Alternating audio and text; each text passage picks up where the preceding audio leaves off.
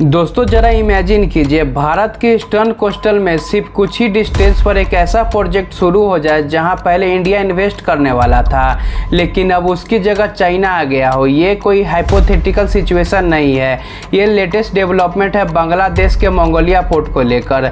और इसी वजह से दिल्ली से बीजिंग तक स्ट्रेटेजिक सर्किल में एक ही सवाल पूछा जा रहा है, क्या बे ऑफ बंगाल में चाइना अपनी स्ट्रेटेजिक पोजीशन को और मजबूत कर रहा है या फिर एक के बाद सिर्फ एक इकोनॉमिकल इन्वेस्टमेंट है। नमस्कार दोस्तों, मेरा नाम है प्रियांशु राज और आज की वीडियो में हम बात करेंगे कि मंगोलिया पोर्ट की डील इंडिया के लिए इतनी इम्पोर्टेंट क्यों है। तो सबसे पहले हम समझते हैं लेटेस्ट न्यूज़ क्या है। बांग्लादेश और चाइना ने मंगोलिया पोर्ट के आसपास एक चाइनीज बैरिकेड इकोनॉमिकली डेवलप करने के लिए एग्रीमेंट फाइनलाइज किया है। सबसे इंटरेस्टिंग बात है कि जिस लैंड पर यह प्रोजेक्ट बनेगा वही लैंड पर पहले इंडिया ने प्रपोजल इकोनॉमिकल जोन के लिए रिजर्व की थी, लेकिन बांग्लादेश की इंटरिम गवर्नमेंट ने उस प्रपोजल को कैंसिल कर दिया और अब इसी वजह से प्रोजेक्ट चाइना को मिल गया है। यानी इसी वजह से इंडिया में इस डेवलपमेंट को स्ट्रेटेजिक प्रिजर्वेटिव को देखा जा रहा है। मंगोलिया पोर्ट इतना इम्पोर्टेंट क्यों है? अब सवाल ये आता है कि एक पोर्ट इतना इम्पोर्टेंट क्यों हो जाता है।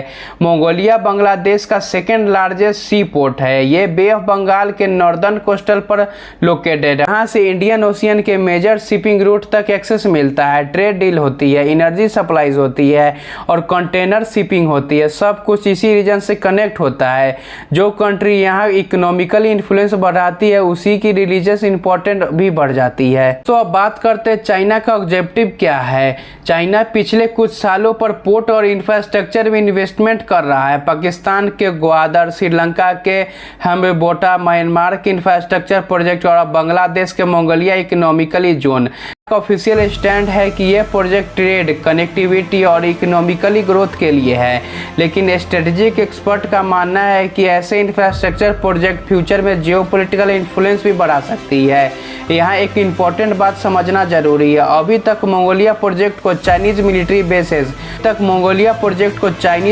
बेसेस बनाने का कोई ऑफिशियल एविडेंस नहीं है, इसलिए इकोनॉमिकली जोन और मिलिट्री फैसिलिटी को कंफ्यूजन नहीं करना चाहिए।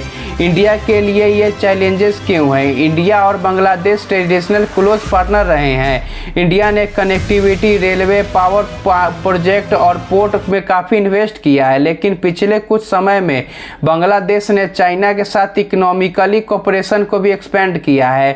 मंगोलिया डील को इसी बॉर्डर ट्रेंड का हिस्सा माना जा रहा है। इंडिया के लिए चैलेंज ये है कि साउथ एशिया में इन्फ्लुएंस सिर्फ डिप्लोमेसी से नहीं, इंफ्रास्ट्रक्चर और इन्वेस्टमेंट से भी डिसाइड होता है। अब आते हैं कंक्लूजन पर। एक पोर्ट, एक एग्रीमेंट और पूरी रिलीजियस जियोपॉलिटिकल बदल सकती है।